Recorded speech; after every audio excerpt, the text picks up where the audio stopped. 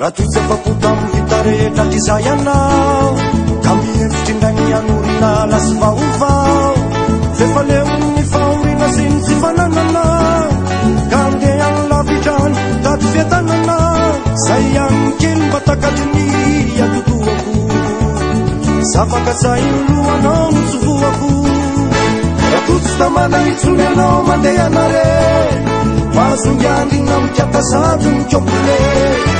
aza sinetritra ny amiko fa tsy maninona zay mahasoa amin'ny fiainanao rehefa-jinona raha toy tsy tamana itsony anao mandeha anare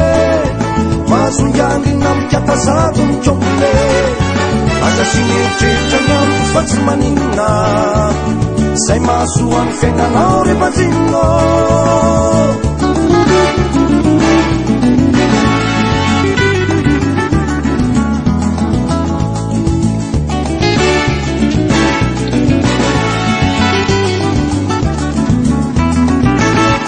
olona maivanazady tsy ampiainga manify sainako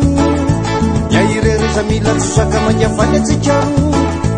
lefenao de te ifaninana taka amin'ny olona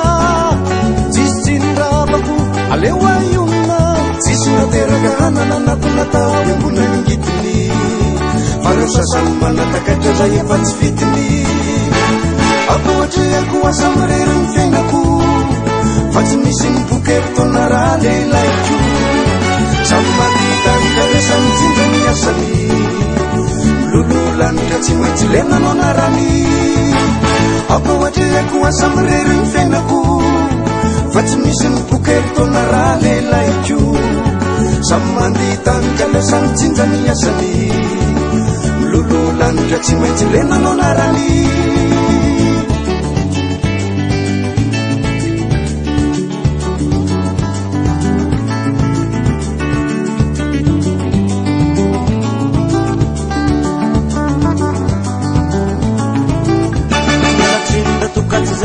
ny fiainatsy azafady raha tokatsy tazana teo ny andro ny bali fa ny vitana tsy azo samorona na fihinina andriamanitra mba nanome fizahony tsy nambinina sovady maherezaky mazo ary masto nefa tandremianla sao misy toato raha tofotiny atony fotsiny izy any anenana fa ny efa natratra ny fady raha iverenana fantatranao fa fetsifetsy maranitra ka isaorakona be lehibe ho tahin'Andriamanitra raha tofotiny atony fotsiny izy any anenana fa ny efa natratra ny fady raha iverenana fantatranao fa fetsifetsy maranitra ka isaorakona be lehibe ho tahin'Andriamanitra